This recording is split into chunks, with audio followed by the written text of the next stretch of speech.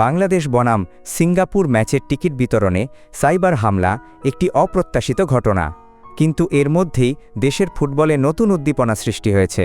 টিকিফাই ওয়েবসাইটে সাইবার হামলার কারণে টিকিট বিক্রিতে বিঘ্ন ঘটে। বাংলাদেশ ফুটবল ফেডারেশন জানায়, এই হামলার ফলে টিকিট বিক্রি বন্ধ করতে হয়। পরে মাত্র ৪৫ মিনিটে ৯০% টিকিট বিক্রি হয়ে যায়।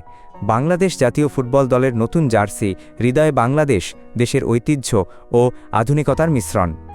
ডিজাইনার তাসমিত আফিয়াত আর্নি জানান, জার্সির ডিজাইনে শাপলা ফুল ও নদীর রেখা ব্যবহার করা হয়েছে।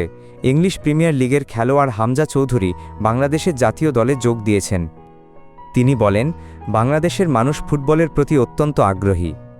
আমি আশা করি আমি ইউরোপের শীর্ষ লিগগুলোতে আরও বাংলাদেশি খেলোয়াড়দের সুযোগ করে দিতে পারব।